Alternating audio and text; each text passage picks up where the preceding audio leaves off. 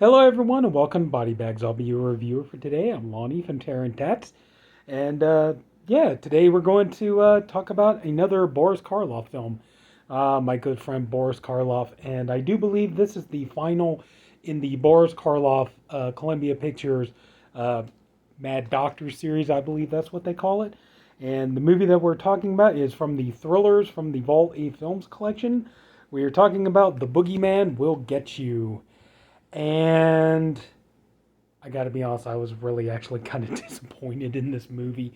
I mean, especially like reading the synopsis, it sounded like it could have been a good sci-fi kind of horror film and everything. I mean, especially, and you got Boris Karloff teamed up with Peter Lorre, and but what you're thinking might be kind of a sci-fi horror film, actually ends up becoming more of a screwball comedy. And the movie, I'm sorry, just it's not an awful film, but it's underwhelming. It just it really wasn't what I wanted it to be or what I was hoping it was going to be. The story, takes place at this out of the way kind of house, and it's you got the character of Nathaniel, who's played by Boris Karloff. He's trying to sell the house as this kind of like historical landmark, and that this is a place of real history and stuff like this. And then he tracks this woman named Winnie, who she appears, and she's very sweet, but she's very very gullible.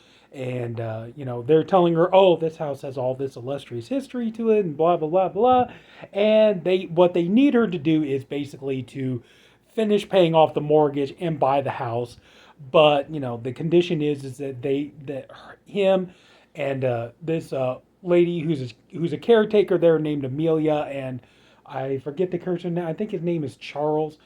Basically, they get to stay on and they get to live in the house, and Amelia is going to be there as kind of like a housekeeper and stuff like. Even though she's absolutely horrible at it, she does the classical comedy bit routine where like you see her do it time and time again throughout this movie. And one thing I will say about this movie, okay, it's only 67 minutes. It does fly by at a pretty good fast pace, but even still, but she does that old tried and true comedy shtick where like you see her sweep up, she's got like a pile of dust and everything else.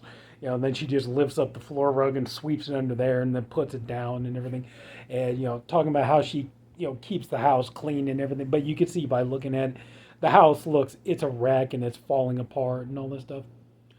But Winnie being um, Winnie being the sweet but kind of gullible woman that she is, she does decide that she's going to buy the house, and she'll pay off the mortgage and everything else, and they get to stay there, but at the same time she wants to turn the place basically into like a historical landmark kind of bed and breakfast, and draw in people and basically turn it into a business where people come to stay, and she gets to make money off of it.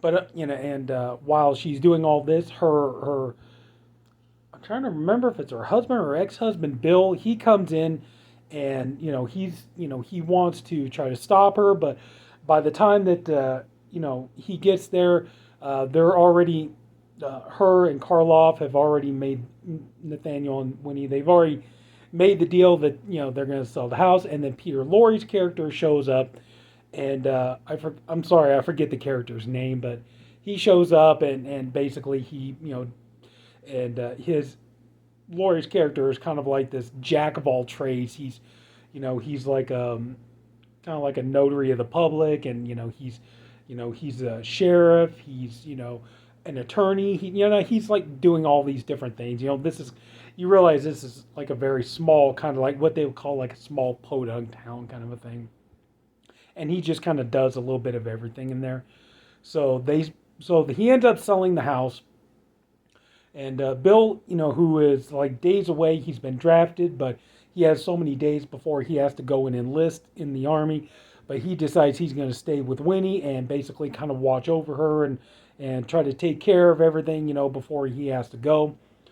And you know, but the thing is, like, meanwhile, Nathaniel, he has these bodies down in the basement because it turns out that Nathaniel it's a mad scientist. I mean, that's what Boris Karloff was playing. He's playing these mad scientist characters. And in this case, this time he's trying to basically create a Superman who is like someone who doesn't get sick, someone who has strength and long life and all this other kind of stuff. And so through slapstick and everything else, Winnie and Bill, they discover that he's up to something creepy and everything. So they go to the sheriff, Peter Lorre's character, and they tell him, we need you to come and arrest him and all this other kind of stuff. And Lorre finally agrees. He goes there, and then he looks into what Karloff is doing, and when Karloff explains like what he's doing, it turns out that Lorre's character is a scientist who did this invention like a hair tonic or something like that. And so Karloff explains to Lorre's character what he's doing, and then rather than arrest him and everything, Lorre's character decides he wants to get in on the act and he wants to help him.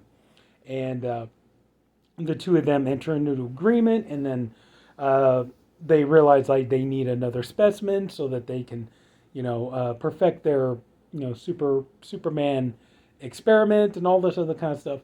Well, it didn't. It turns out that the best one that they can find would be Bill, and as the movie progresses, they have different characters like salesmen coming to the house, and so they decide to try it out on them and all this kind of stuff. And let's just say hilarity and hijinks ensue, and then it's kind of a deal that Winnie and Bill find out and thwart Karloff and Lorre's plans to before Bill becomes the next victim to the experiment, and we'll leave it at that. I will say the most entertaining part of this movie is definitely the chemistry between Boris Karloff and Peter Lorre. You got two great actors, great character actors. And, one thing that is kind of funny is that, Peter Lorre's character always runs around. He's got like this little kitten he's always carrying around in his coat pocket and stuff. But like I said, you kind of go into this thinking you're going to get kind of a, like an old horror film, an old kind of like sci-fi mad scientist horror film and stuff. That's going to be a bit more serious, but the movie really is, it's very jokey. It's very slapsticky. It's it's not exactly what you think it's going to be, but and there is no boogeyman. Sorry to break that to you, but overall, I would say it's worth checking out. And like I said, it only runs for 67 minutes, so it's not that bad. But it's definitely not the I mean, obviously the actors in this movie, not just Karloff, not just Peter Lorre, but everybody in this movie, I feel, is like really, really, they're doing their best. They're trying hard, but it's just the material's not really giving them much to work with. But just like I said, if anything else, the best reason you want to watch this movie is just to see the chemistry between Karloff and Lorre, and even though a lot of the jokes don't land, I mean, they really do try. And but just I hate to say, out of this film set, that one definitely is one of the weaker entries in this. But I would say, yeah, go ahead and, I mean, at least give it a shot. I mean, if you pick up this set, go ahead and give it a shot. It's like, if you like kind of, more, spoofy, slapsticky kind of movies and stuff like that, you might like it. But yeah, just, sorry, don't go in expecting a boogeyman because there's none to be found.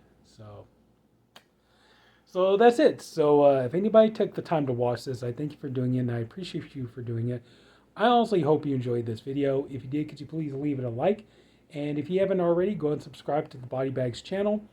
We have a different reviewer, one for every day of the week. I am the Saturday reviewer.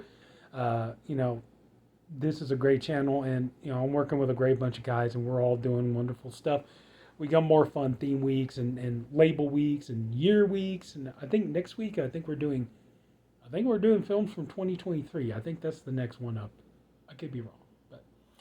So anyway, so that's it. So take care, everybody. Have a good night, and I'll see you later.